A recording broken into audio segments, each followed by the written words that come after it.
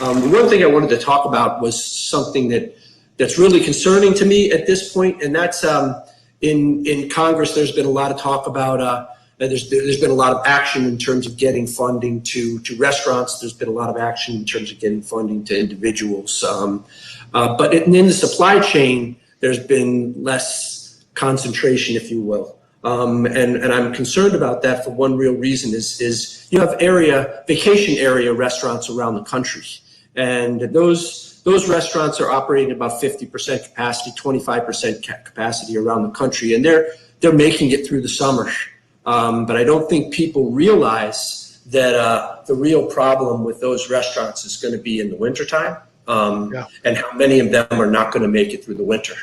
And unfortunately, that bad debt, if you will, gets pushed into the distribution community. And I think that there's in sort of beginning to middle of next year, you're going to have a lot of risk in terms of the distribution side.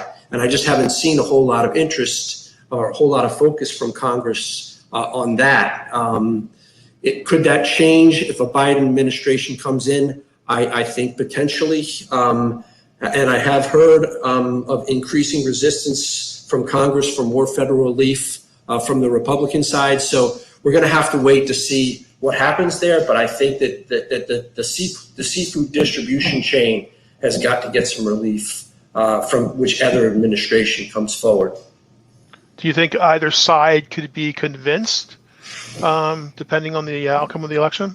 I do. I think you could probably get more sympathy from the Biden Harris administration. I do think that there is some sympathy on the because of the purse strings. There's a little more resistance to spend money on the other side.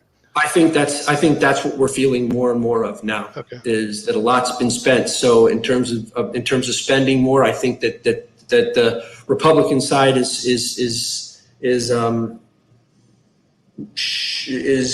increasingly resistant to those kind of things.